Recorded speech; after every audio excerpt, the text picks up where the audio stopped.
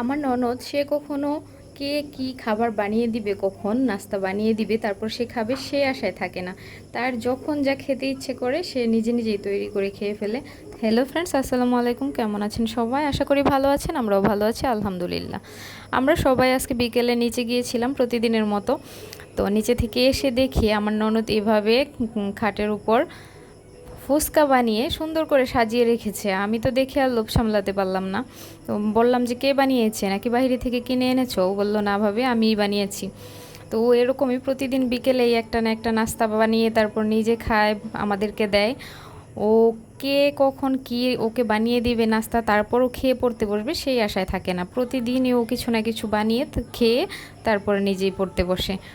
তো গতকালকে ছিল এটা ফুচকা, ফুচকা বানিয়ে ও খেয়েছে, আমার ছেলেকেও দিয়েছে।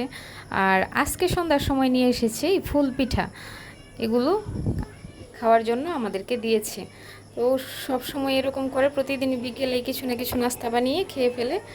সবাই ভালো থাকবেন, আশা করি ভিডিওটি ভালো লেগেছে। ধন্যবাদ সবাইকে।